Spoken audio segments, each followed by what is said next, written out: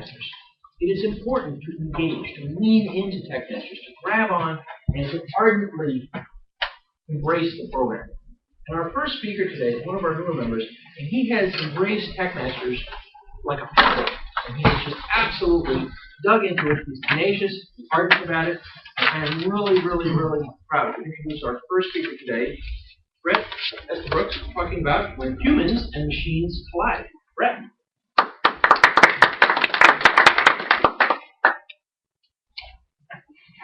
I propose to answer the question, can machines think?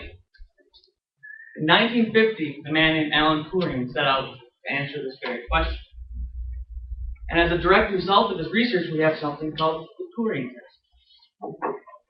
The Turing Test is a simple test used to gauge the ability of a machine to exhibit human behavior.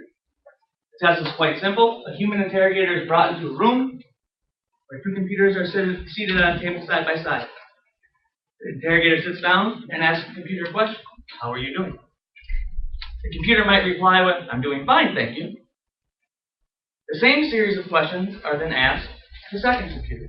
The caveat here being that one of the computers in the room has a program that is automating the response, and the other, a human who is keying in the response. If the human interrogator cannot distinguish the difference between the human response and the programmed response, the computer is said to pass the Turing test, and as such, has some level of human intelligence. This is the root of what I'm going to be speaking about today. I'm going to tell some interesting stories about what happens when humans and intelligent machines collide. The first story I'd like to tell you today is the story of Eliza. In 1960, a type of psychotherapy had become very popular called PCT. This stands for Person-Centered Therapy.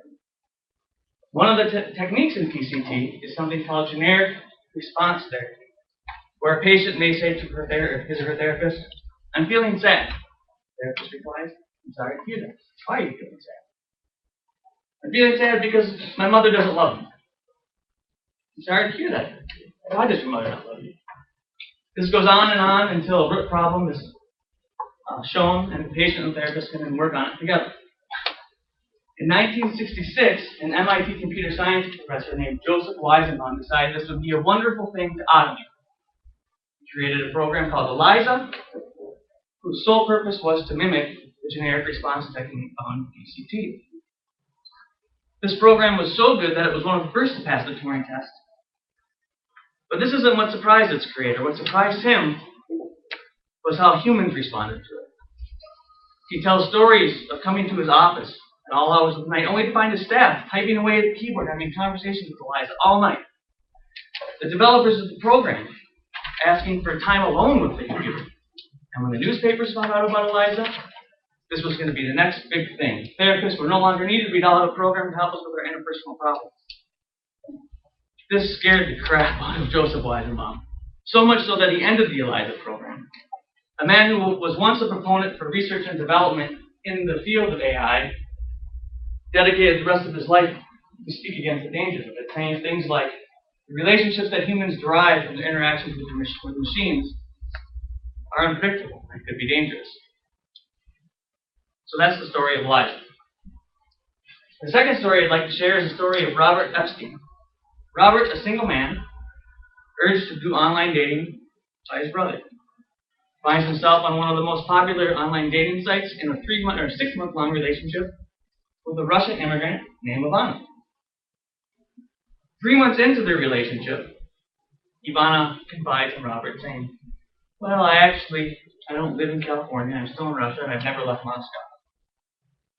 Robert, a little bit upset about this, decides to continue the relationship because he likes it.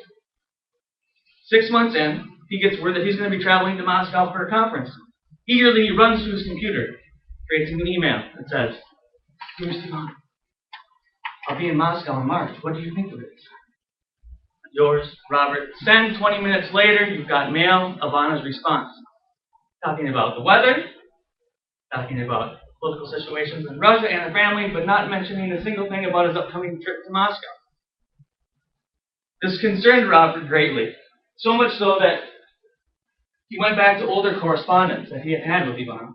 He realized any inquiry about further detail in the email went unanswered. And what really got him was that Ivana's replies were always 20 minutes after he sent his original email. So he said, I'm going to try something. He walks back to his computer, creates a new email.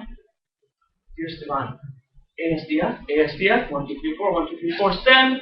20 minutes later, you've got mail, Ivana's response, talking about the weather, shopping, your mother. At this point, Robert said, I've been had. The 6-month relationship was not with the beautiful blonde woman from Russia, but the computer program we now call bots.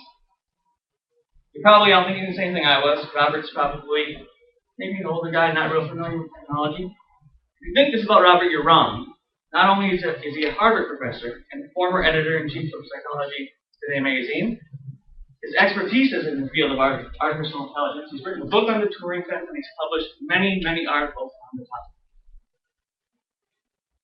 So I've told you a bit about Alan Turing, Joseph Weizenbaum, and our poor friend Robert, who fell in love with the machine.